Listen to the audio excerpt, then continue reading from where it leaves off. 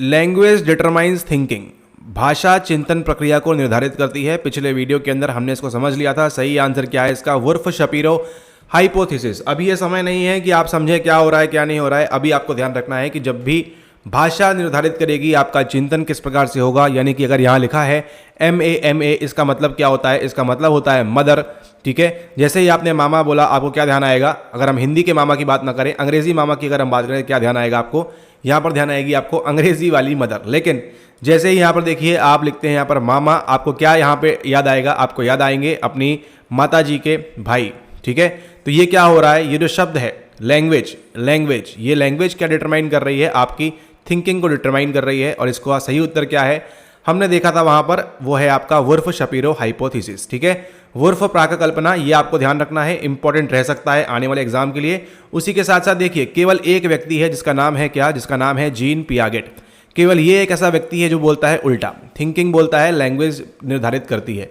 इनकी 4 स्टेजेस हैं। SPCF सारा का सारा NCERT में मटेरियल दिया हुआ है, उसको पढ़ लीजिए, एनकोड कर लीजिए और याद कर लीजिएगा। ठीक है, SPCF की स्टेजेस आएंगी और उसी के साथ साथ OAPLG की स्टेजेस भी आएंगी। ओके, उसके बाद देखिए यहाँ क्या दिया है? Facial feedback hypothesis. ये कहाँ का है? ये आपका आनंद पुनर्निवेशन प्राक कल्पना। देखिए भैया, इतनी हिंदी तो तगड़ी आपकी भी नहीं है, हमारी भी नहीं है, वास्तविकता बताएं। ठीक है, आनंद से आप कैसे समझोगे? फेशियल की बात हो रही है। ठीक है, तो अंग्रेजी की सहायता लेनी है आपने, निर्भर नहीं रहना है पूरी की तरह हिंदी पर। निर्भर रहोगे तो 75 के नीचे नंबर कंफर्म है, लिख के ले जाओ आप। ठीक है, ओके, अगला सवाल देखिए, a concept which can be defined by set of rules is called. Guaranteed सवाल आपके थिंकिंग चैप्टर में 100% आपको मिल जाएगा, वहीं से उठाया हुआ है। ठीक है, सेट ऑफ रूल्स, जब भी क्या बात करेंगे, जब भी बोलेंगे पहले से कुछ निर्धारित हमने रूल कर दिए यहाँ पर, तो उसमें आंसर देने का ट्राई करें। लॉजिकल कंसेप्ट होगा, नेचुरल कंसेप्ट होगा, पर्सनल होगा, नन ऑफ दीज होगा। कुछ नहीं करना है भैया, NCERT खोलनी है, पढ़ना है इसको बड़े आराम से। सारा का सारा एस्टेट की परीक्षा है ये। ठीक है, ये कोई बाहर जाने की, विदेश जाने की, आइलेट्स या फिर कोई बड़ी भारी भरकम परीक्षा नहीं है। ठीक है, गेट GRE ऐसी परीक्षा नहीं है। Simple BSc estate state level की परीक्षा है। आपसे केवल वो बेसिक NCERT 11 और 12 का ज्ञान चाहता है। ठीक है, can be defined by set of rules is called. संप्रत्यय जिसे नियमों के आधार पर परिभाषित किया जा सकता है कहलाता है। ठीक है, क्या कहलाएगा? लॉजिकल कंसेप्ट, नेचुरल, पर्सनल या फिर नन ऑफ दीज। क्या होगा इसका आंसर? देने का प्रयास करें। और इसका जो सही आंसर है वो क्या है? वो है आपका यहाँ पर लॉजिकल कॉन्सेप्ट। ठीक है, लॉजिक क्या होते हैं? कुछ ना कुछ रूल्स पे निर्धारित रहते हैं, ऐसा यहाँ कह रहे हैं। लॉजिकल कॉन्सेप्ट जो है इसका सही आंसर है। नेचुरल क्या है? प्राकृतिक है। और पर्सनल क्या है? आपका कोई आपके कंसेप्ट है। ठीक है, मतलब देखिए कैसे हो सकता है, इसको समझिए। पर्सनल कंसेप्ट कैसे हो सकता है? आपके लिए एस्टेट परीक्षा बहुत बड़ी है क्योंकि अभी तक आपने नहीं दिया, लेकिन जिसने दिया हुआ है, निकाल चुका है पहले परीक्षा एस्टेट 1, 2 पहले आराम से, उसको मालूम है ये बहुत ही आसान परीक्षा होती है। ठीक है, तो देखिए एक ही एग्जाम को लेके आप दोनों के अलग अलग कंसेप्ट हैं। वो किसके अंदर आएगा? आपका व्यक्तिगत संप्रत्यय, किस प्रकार से आप किस चीजों को सोचते हैं। अगला सवाल देखिए, experiment on string typing by Maier was done to demonstrate. ठीक है, experiment on string typing by Maier was done to demonstrate किसके लिए इस्तेमाल किया था? मायर द्वारा रस्सी बांधने की समस्या पर प्रयोग दिखाने के लिए किया गया था। क्या दिखाने के लिए किया था? Role of images in thinking, role of set in thinking, role of language in thinking, role of concepts in thinking. अब यहां पर देखो एक बात आपको समझ में आएगी, यहां किसी मेयर नाम के व्यक्ति की बात हो रही है। ठीक है, मायर नाम के व्यक्ति की बात हो रही है।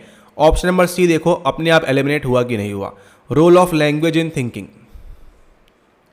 इसी PYQ में आपने किया है हमारे साथ वीडियो के अंदर। अभी किसने बताया है इसके बारे में? वुर्फ शपीरो हाइपोथेसिस। ठीक है, भाषा का थिंकिंग में, चिंतन में भाषा का महत्व किसके द्वारा बताया गया है? आपको बताया है। PYQ में आपको आंसर देखा अभी आपने, वुर्फ शपीरो। इसी प्रकार से आपने करना है, आप ब्रह्मांड की सारी चीजें पढ़ के नहीं जा सकते हो। ठीक है, वो 90 सवाल आपको आसान देंगे, 10 आपको डिफिकल्ट देंगे, ये आपको ध्यान रखना है। ये वैसा ही सवाल है, आगे कभी रिपीट नहीं होगा, और अगर करेंगे BSc में रिपीट तो सेम का सेम आपको रिपीट कर देगा। ठीक है, ये बात आपको ध्यान रखनी है। तो ये तो समझ में आ गया, थर्ड इसका आंसर नहीं होगा।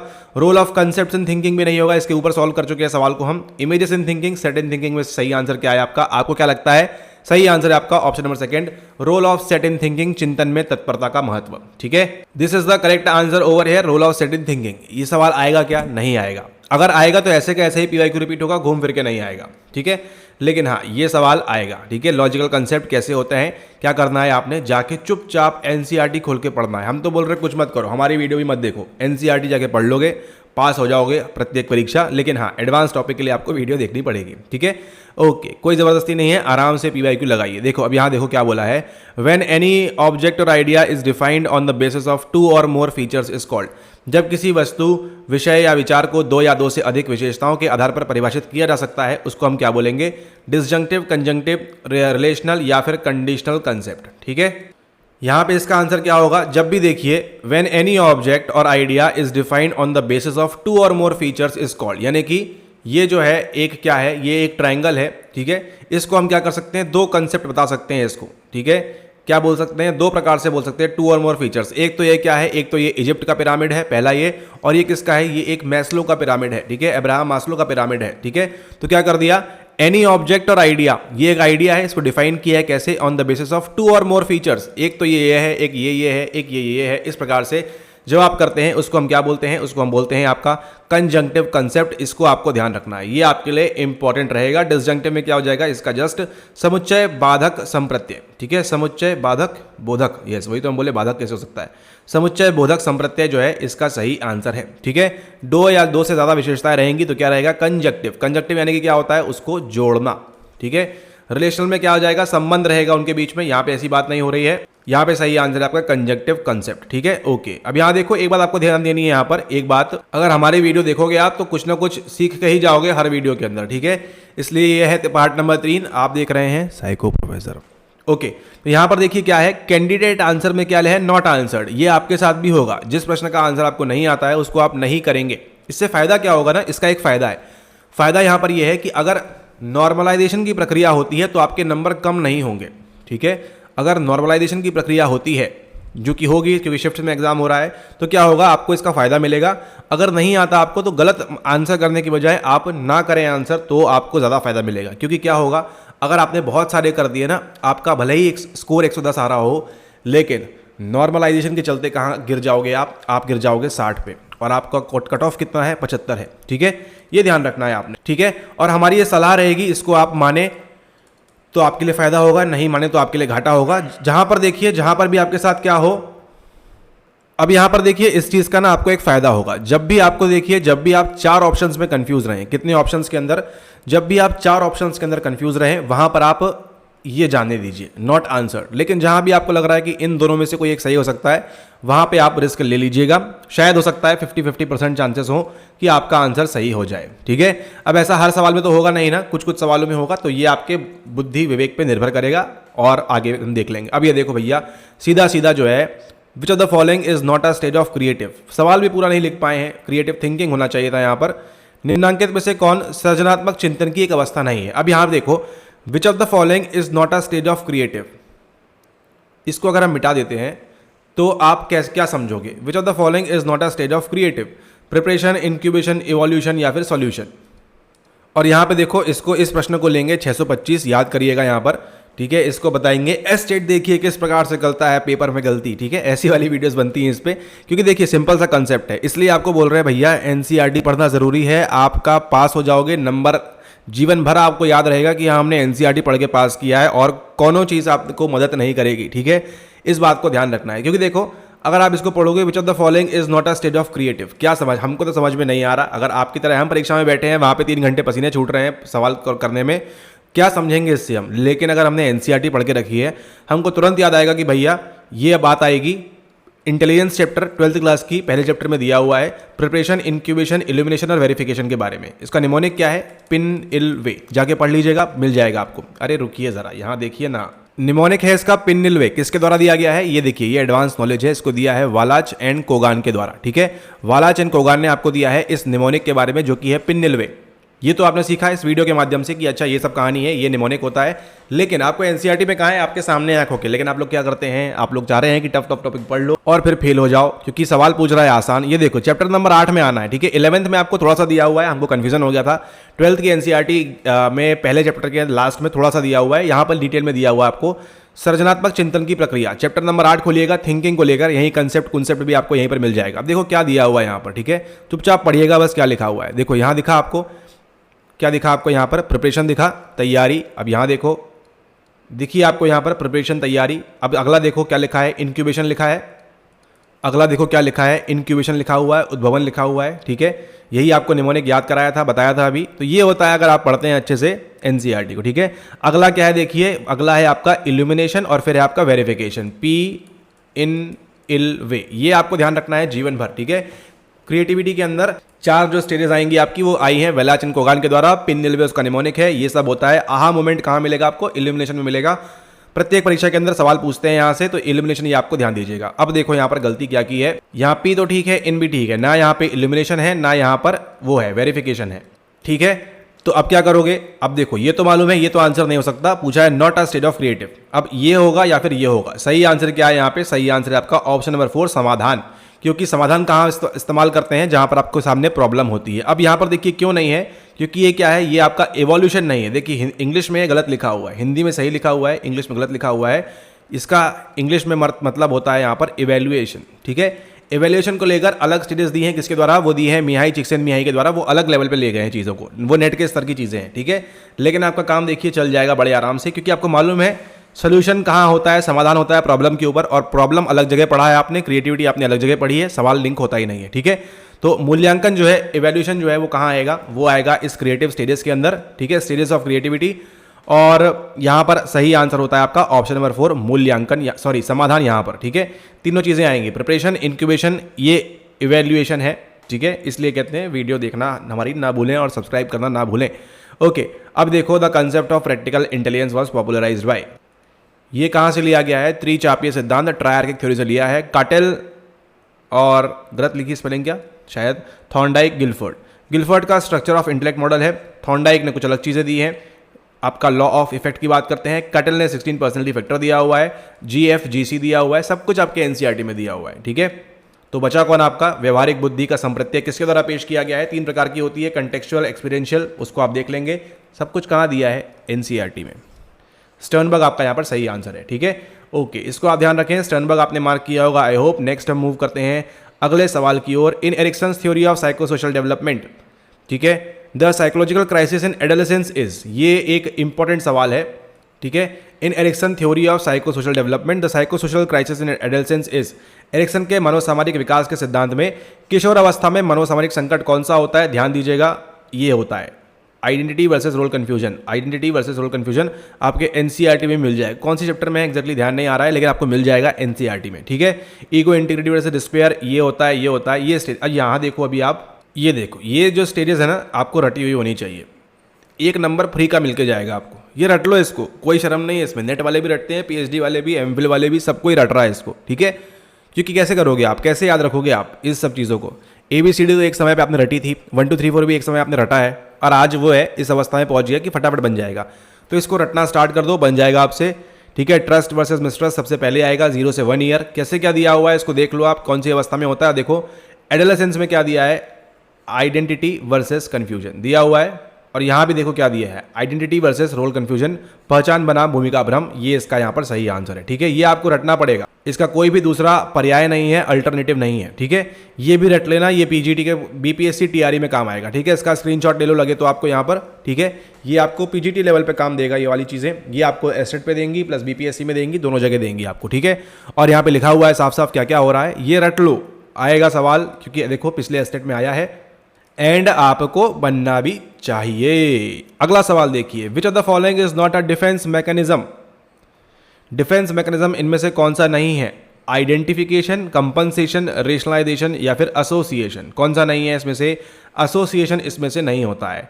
कहाँ दिया है सब चीज़ें आपको? मुआवजा, ये ऐसा वाला मुआवजा नहीं है, ये डिफेंस मैकेनिज्म आपको एनसीईआरटी के द्वारा मिल जाएंगी। और भी लंबी लिस्ट है, इसका ये मतलब नहीं कि आपको सब कुछ पढ़ना है, ठीक है। अब ये तो आपको मालूम है, यौक्तिकरण इसके अंदर होता है, ठीक है। यौक्तिकरण ये होता है, आपको इसके अंदर मालूम है, ये भी मालूम है, तो आप थोड़ा 50-50 करके निकाल सकते हैं। एसोसिएशन यहाँ पर नहीं होता है, सिंपल सी बात है। एसोसिएशन कहाँ पढ़ा है आपने? केवल सोचो इसको, कॉमन सेंस आपको लगाना है। एसोसिएशन कहाँ सोचा है, आई मीन कहाँ देखा है आपने, बताइए। इसको आप देखते हैं केवल एक ही जगह, आपने अपनी पूरी लाइफ में एसोसिएशन के बारे में, संगठन के बारे में केवल एक जगह सुना होगा, ठीक है। या तो आपने सुना होगा किसी पार्टी का एसोसिएशन है, ठीक है, वो आपने देखा है कि 2-3 पार्टी का यहाँ पर मिल गई हैं साथ में, उनका एसोसिएशन बन गया है, ठीक है। सुना होगा ना आपने कि फलाना फलाना एसोसिएशन.com, इस प्रकार से, ठीक है। तो ये जो एक एसोसिएशन सुना आपने, एक कहाँ सुना आपने साइकोलॉजी के अंदर, वो सुना आपने लर्निंग के साथ में। लर्निंग में भी कौन सी? Classical conditioning. कि स्टिमुलस का रिस्पॉन्स के साथ क्या होता है, वहाँ पर एसोसिएशन होना स्टार्ट होता है। वो फूड को देखते ही बेल बजती है और वो जो है सलाइवा सिक्रीट करता है। ये क्या है, एसोसिएशन है ना, इसके बीच संबंध है, जुड़ाव है, संगठन यहाँ पर हो रहा है। ठीक है, तो ऐसा संगठन जुड़ाव यहाँ पर आपके किसी भी डिफेंस मैकेनिज्म में आपको देखने नहीं मिलता है। ठीक है, तो ये आपने ध्यान रखना है। नेक्स्ट हम मूव करते हैं अगले सवाल की ओर। Which of the following theories linked aspects of personality to biological processes? निम्नलिखित में से किस सिद्धांतकार ने व्यक्तित्व के पहलुओं को जैविक प्रक्रियाओं से जोड़ा है? अब देखो, हम कह रहे हैं नहीं पढ़ा हुआ आपने, नहीं पढ़ा, लेकिन अगर किसी विद्यार्थी ने 11 और 12 की एनसीईआरटी पढ़ के रखी है, वो डंके की चोट पे 100% आंसर तो निकाल के ले जाएगा उस दिन अपना। ठीक है, एस्टेट की बात कर रहे हैं। ओके, क्यों? यहां पर देखो, निम्नलिखित में से किस सिद्धांतकार ने व्यक्तित्व के पहलुओं का जैविक प्रक्रियाओं से जोड़ा, यानी कि पर्सनैलिटी कहां चिपकेगी आपकी, बायोलॉजी से चिपकेगी। अब ऑप्शंस पढ़ो आप यहां पर, कार्ल रॉजर्स, अब्राहम मैस्लो और बीएफ स्किनर। हर किसी को पता है इन दोनों की कौन सी अप्रोच थी, ह्यूमनिस्टिक अप्रोच थी। ये लोग तो बिल्कुल बात नहीं करने वाले किसके बारे में, बायोलॉजी के बारे में। इनकी कौन सी अप्रोच थी, बीएफ स्किनर की, ये थी आपकी बिहेवियरिज्म वाले। ये तो बिल्कुल भी बात नहीं करने, व्यवहारवादी क्यों बात करेगा, जिसको मतलब है स्टिमुलस से, उसके रिस्पॉन्स से, प्रबलन से, रीइंफोर्समेंट से, वो काहे के लिए बातें करेगा इन सब के बारे में कि बायोलॉजी, हार्मोन्स होते हैं, ये होता है, नर्वस सिस्टम होता है, ये वो होता है। अब क्या बचका, देखो आंसर आपके सामने है, हेंज आइजेंक। इसका ये मतलब नहीं है जाके आप अलग किताब से पढ़ोगे इनके बारे में और इनकी बायोलॉजी इन्होंने क्या अप्रोच बोली है। इनकी थ्योरी का नाम है पेन थ्योरी। ठीक है, ये आप ध्यान रख लीजिए। और ये कौन से थे पता है, ये इनकी अप्रोच कौन सी थी, उनको बोलते हैं अरे यार ये क्या हो गया यहाँ पर, ये वाला पेन चल गया, नोमोथेटिक। ठीक है, इनकी अप्रोच कौन सी थी, नोमोथेटिक अप्रोच थी। ठीक है, पर्सनैलिटी को लेकर अलग अलग चीज़ें होती हैं, इनकी क्या है, नोमोथेटिक अप्रोच है कि हर किसी के अंदर बायोलॉजी इस प्रकार से काम करती है, ऐसा इन्होंने कहा है। ठीक है, तो ये आपको जो है ध्यान रखना है, ये एडवांस नॉलेज है जो आप वीडियो देख रहे हैं उससे मिल रहा है। कौन सी अप्रोच थी, नोमोथेटिक अप्रोच। आज के बाद जब भी आप हेंज आइजेंक का नाम सुनेंगे क्या दिमाग में आना चाहिए, नोमोथेटिक अप्रोच आएगी दिमाग में और पेन थ्योरी दिमाग में आएगी। और इनकी क्या बोला है बायोलॉजी के बारे में कि भैया बायोलॉजी वगैरह बताई है पर्सनैलिटी को लेकर। ठीक है, कार्ल रॉजर्स ने इन्होंने भी और इन्होंने भी हेंज आइजेंक इसका सही आंसर है। कैसे निकाला आपने केवल एलिमिनेट कर दिया क्योंकि ये तीनों पढ़ के रखा है आपने एनसीईआरटी में। तो बट ऑब्वियस सी बात है, एनसीईआरटी आपने 50 बार पढ़ा, ये सब में बायोलॉजी कहीं भी लिंक नहीं है, केवल एक ऑप्शन में लिंक होगी और वो आपका सही आंसर है। ठीक है, आप सही आंसर ही मार्क करके आओगे एग्जाम के अंदर, इसके अलावा आपके पास हम ऑप्शन छोड़ेंगे ही नहीं कि आप जो है वहां पर गलत मार्क करके आओ। ठीक है, अरे अरे अरे अरे अरे अरे अरे अरे ये क्या है, देखो क्या है, अकॉर्डिंग टू आइजेंक। ये होता है फायदा अगर आप अच्छे से पढ़ते हैं चीज़ों को। तो अगर आपने ये वीडियो का अभी पिछला सवाल देखा है, आप इसको 100% सही कर जाओगे, हमारे बताने की ज़रूरत भी नहीं पड़ेगी। ये है इसका लास्ट सवाल। ठीक है, इस सीरीज़ का ये जो है आपका 3rd पार्ट आप देख रहे हैं, इसका आखिरी सवाल है। तो आई होप अभी आपको समझ में आ गया होगा। आपको एस्टेट पास करने के लिए 3 चीज़ें चाहिए। पहली क्या है, पहली है एनसीईआरटी, दूसरी है हमारी वीडियोस और तीसरी चीज़ जो है वो है आपका कॉमन सेंस। ठीक है, सामान्य लेवल की बुद्धि आपको चाहिए होगी। बिल्कुल ही आप बंद दिमाग करके बैठेंगे तो आप पास नहीं करेंगे। ठीक है, ये तीनों चीज़ें चेकबॉक्स कर लीजिए और आप एस्टेट गारंटी से पास करेंगे। प्लस आगे जाके बीपीएससी टीआरई 4.0 के अंदर भी सेम सिनेरियो रहेगा। कभी भी करोगे ये चीज़ें अप्लाई करो और जो वीडियोस के थ्रू अपडेट्स आती हैं, चीज़ें आ रही हैं, उनको आप देखते रहो, आपका काम काफ़ी आसान हो जाएगा। और सबसे इंपॉर्टेंट कंपोनेंट पता है क्या है, सबसे इंपॉर्टेंट इनमें से ये भी नहीं है, ये भी नहीं है, ये है सामान्य बुद्धि। आपके लिए मोस्ट इंपॉर्टेंट है, आपको जीवन के प्रत्येक आयाम में आपको ये मदद करेगी। 1 मिनट रुकिएगा, लैपटॉप। ठीक है, ये आप ध्यान दीजिएगा, कॉमन सेंस आपके लिए बहुत आवश्यकता है। अकॉर्डिंग टू आइजेंक्स 3 डायमेंशन थ्योरी, आपको नहीं पता, मान लिया, ना ही एनसीईआरटी में है, ना ही हमारे वीडियोस में आपने देखा। ठीक है, वीडियोस में देखा, मतलब what are the 3 major dimensions of personality. अभी क्या बताया आपको, कौन सी है यहाँ पर, नोमोथेटिक अप्रोच की बात की थी। यहाँ पर क्या अप्रोच की बात कर रहे हैं क्या, नहीं, यहाँ पर 3 आयामों की बात कर रहे हैं। आपने वीडियो में क्या देखा था, अभी हमको सर ने क्या बताया है, अभी हमको बताया है इनकी किसके बारे में, इनकी बताया है आपको पेन थ्योरी के बारे में। देखो पेन बस मालूम होगा ना कितना फायदा मिलेगा आपको पेन थ्योरी के बारे में। अब देखो यहाँ पर आपको पेन थ्योरी कहीं दिख रही है क्या, ये देखो L, libido, ego, super ego, ये तो नहीं होगा। ये तो किसकी बात करते हैं, ये बात कर रहे हैं आपकी उसकी, अरे वो क्या बोलते हैं, अरे उनका नाम क्या है, हाँ सिगमंड फ्रॉइड की बात हो रही है यहाँ पर। ठीक है, ईगो, सुपर ईगो, ये तो मालूम है। ये साइकोटिज्म पी है, ई है, पी है, ई है, लेकिन सोशेबिलिटी है, ये तो नहीं है, एन के साथ मैच नहीं कर रहा, मतलब ये भी नहीं होगा। ठीक है, अगला देखिए, ओपननेस, कंसाइंशियसनेस एंड एग्रीएबलनेस कहाँ है, ये 1972 रॉबर्ट मैक्रियन कोस्टा की ओशियन थ्योरी से आ रहा है। ठीक है, तो ये भी यहाँ पर मैच नहीं करेगा। भैया बचा क्या, बचा खाली एक ही आंसर, वो है ऑप्शन नंबर 1। अब यहाँ देखो सब मैच करेगा। अरे 1 मिनट, यहाँ पर देखिए ई मैच कर रहा है एक्सट्रोवर्जन का, इसके साथ में न्यूरोटॉसिज्म मैच कर रहा है, इसके साथ में साइकोटॉसिज्म मैच कर रहा है, इसके साथ में। अब क्या परेशानी है आपको बताइए। आपने ये भी सीख लिया इस वीडियो के माध्यम से कि हेंज आइजेंक नाम का कोई व्यक्ति होगा, उसने क्या दिया है, पर्सनैलिटी को लेकर, व्यक्तित्व को लेकर उसने 3 डायमेंशंस की थ्योरी दी है। उस थ्योरी का नाम क्या है, PEN, पेन थ्योरी उसको हम बोलते हैं। P आता है साइकोटॉसिज्म के लिए, मनोविकृति के लिए, विकृति के लिए।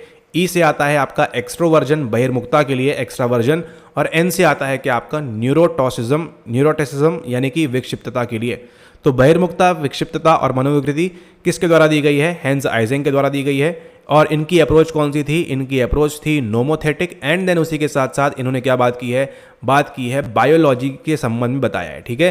तो बायोलॉजी से लिंक करके बताया इन्होंने। इसी के साथ ये वीडियो समाप्त होती है। मुलाकात होगी आपसे अगले वीडियो के अंदर, हम डिस्कस करेंगे आगे के सवालों को।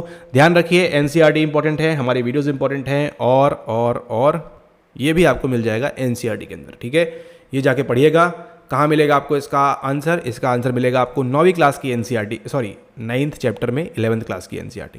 Thanks for watching the video पसंद आई हो तो लाइक करना ना भूलें, शेयर करना ना भूलें अपने एस्टेड फ्रेंड्स के साथ, ताकि उनको ही मालूम पड़े एग्ज़ाम कितना आसान है।